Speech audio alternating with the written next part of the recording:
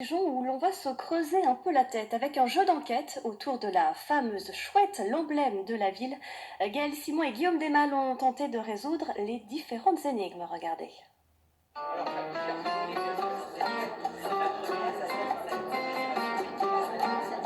C'est l'un des symboles de Dijon. La chouette, on le voit, elle est très populaire et pourtant on ne connaît pas tous ses secrets. Eh bien, un escape game propose de les percer à jour. Pour cela, il faut répondre à des énigmes en plein centre-ville de Dijon. À France 3 Bourgogne, on est très joueurs, donc on va tenter notre chance. Pour ça, première étape, aller récupérer un livre avec toutes les consignes. On va faire ça.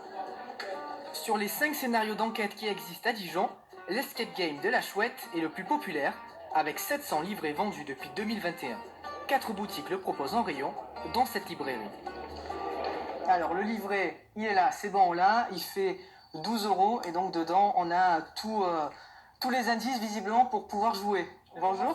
Oui, on va jouer à l'escape game de la chouette. Donc on vient acheter le livre. Ça fait combien de temps qu'il est en vente ici dans la librairie? Alors, nous l'avons depuis la sortie, il y a 1 an à peu près, et on en vend plusieurs par mois, ça c'est certain, surtout en période touristique. Il intéresse aussi bien les gens qui habitent Dijon et qui veulent découvrir le parcours que les touristes qui profitent des vacances. C'est quoi l'intérêt pour vous de le vendre ici? Tout simplement, nous, on aime promouvoir un peu tous les auteurs de Dijon, et puis ça, c'est un livre-jeu, voilà, c'est très familial et c'est ce qu'on aime.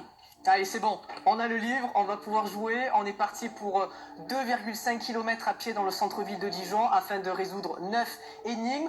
Bon, je vais pas être tout seul parce que si on compte que sur ma sagacité à moi, on n'est pas rendu. J'ai Guillaume à la caméra et Johan au son qui vont pouvoir m'aider. Et puis, il faut aussi penser à son téléphone, avoir son téléphone parce que à chaque énigme, il faut scanner un QR code sur le livre et pouvoir rentrer sa réponse. Allez, on est parti, on va essayer de résoudre la première énigme. Première étape pour nous, compter les fléchettes du parcours de la chouette. Le tracé permet de découvrir le patrimoine de la cité des Ducs.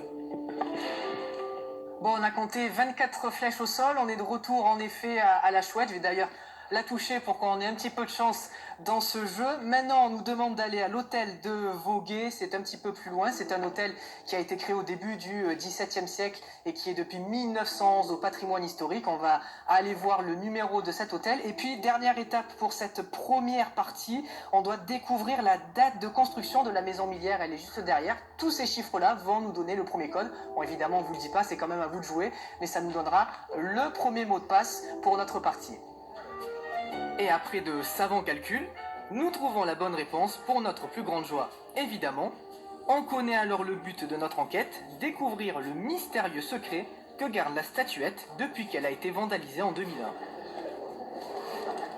Direction maintenant Notre-Dame, mission repérer la chouette et le hibou sur la tapisserie Terribilis, une œuvre qui célèbre les libérations de 1513 et 1944.